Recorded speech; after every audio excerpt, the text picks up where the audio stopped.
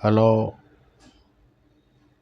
ભાઈઓ બહેનો, આપ સૌનું મારી સબરસ જ્ઞાન ચેનલમાં હૃદયપૂર્વક સ્વાગત છે. મેં હમણાં છેલ્લા 3 દિવસમાં 3 વિડીયો મૂક્યા, આપ લોકોએ પસંદ કર્યા, તો આપ સૌનો ખૂબ ખૂબ આભાર. આજે હું નાનકડો વિડીયો મૂકું છું. એક દૃષ્ટાંત કથા છે. એટલે આવી દૃષ્ટાંત કથાઓ તો ઘણી બધી મારા મગજમાં છે. ધીમે ધીમે હું મૂકતો રહીશ.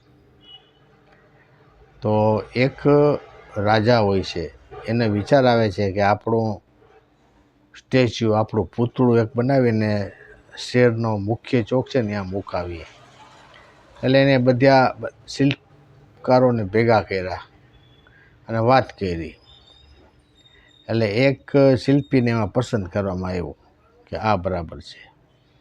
એટલે શિલ્પીએ કીધું, ભલે હું તમારું ફર્સ્ટ ક્લાસ સ્ટેચ્યુ પૂતળું બનાવી દઈશ. હવે કે મારે કે મોટી શિલા છે ને એ ગોતવી પડશે, તો જંગલમાં જવું પડશે, પહાડી વિસ્તારમાં. તો મને વ્યવસ્થા કરી દો, એટલે હું અહીંયા જઈને મોટી શિલા લઈ આવું. રાજા કે મારે સાથે આવવું છે.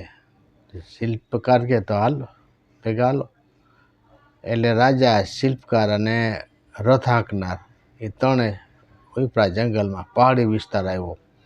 મોટી મોટી શિલાઓ આજુબાજુ બે બાજુ દેખાતી હોય છે. એટલે શિલ્પી છે ને શિલા સામે જોઈને કે ઓહ, આ બહુ સરસ શિલ્પ છે. ઓહો, આ બહુ સરસ પૂતળું છે, કેવું સરસ છે. એમ શિલાને જોઈને એમ બોલે. એટલે રાજા બેઠા બેઠા જોયા રાખે કે આ ખાલી શિલાને, ખાલી પથ્થરને જોઈને કહે છે કે ઓહો, આ તો જો, આ શિલ્પ તો જો આપણે પહેલે જોયું એનાથી ચડી જાય એવું છે. એટલે રાજાને એમ થયું કે આનો મગજ ઠેકાણે છે કે નહીં.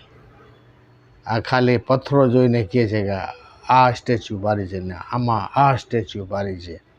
એટલે એને કીધું કે તું આ વાતો કરે છે, પણ આ તો બધે શિલાઓ જ છે, આમાં ક્યાં પણ હજી ક્યાં આમાં ક્યાં શિલ્પ કે પૂતળું છે.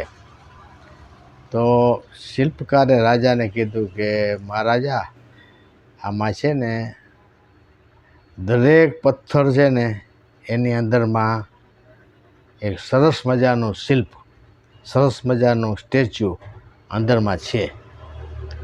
પણ એની આડે આજુબાજુમાં બીજા ખોટા પથ્થરો બધે ચોટેલા છે. એટલે તમે જો દિલની, હૃદયની આંખથી જુઓ ને, તો એ બધા પથ્થરોને તમે દૂર કરી અને જુઓ એટલે તમને અંદરમાં સરસ મજાનું શિલ્પ દેખાય.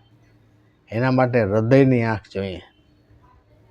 એટલે રાજા વિચારવા પડી ગયા કે વાત બરાબર છે હોય કે મારા પાસે આવી હૃદયની આંખ નથી, એટલે મને આ બધે પથ્થરો જ દેખાય છે. એટલે મિત્રો, આવી જ રીતે છે ને માણસમાં પણ આમ જ હોય છે કે એ ગમે એવો ખરાબ આપણે દેખાતો હોય, સમાજ એને સ્વીકારતો ના હોય, એને બધે અડધૂત કરતા હોય, એનું ક્યાંય સ્થાન ના હોય, પણ ખરેખર એની અંદરમાં પણ એક સરસ ઇન્સાન છુપાયેલો હોય છે, 100% પણ જેમ ઓલા જે શિલ્પ જે અંદરમાં છુપાયેલું છે પથ્થરમાં, એ ખોટું જે બધે ચોટેલું છે પથ્થરો, એને કાઢી નાખો એટલે અંદરમાંથી શિલ્પ નીકળે સરસ મજાનું. તો એવી જ રીતે આમાં પણ એવું જ છે. આમાં જે ખરાબીઓ જેટલી બધી એમાં સંકળાયેલી છે ને, એને તમે ધીમે ધીમે ધીમે દૂર કરી નાખો, તો છે ને અંદરમાંથી સરસ ઇન્સાન બહાર નીકળશે કે જે સમાજમાં સ્વીકાર્ય હોય. એવો માણસ, એવો ઇન્સાન બહાર નીકળે. પણ એ સરસ મજાનો શિલ્પી જોઈએ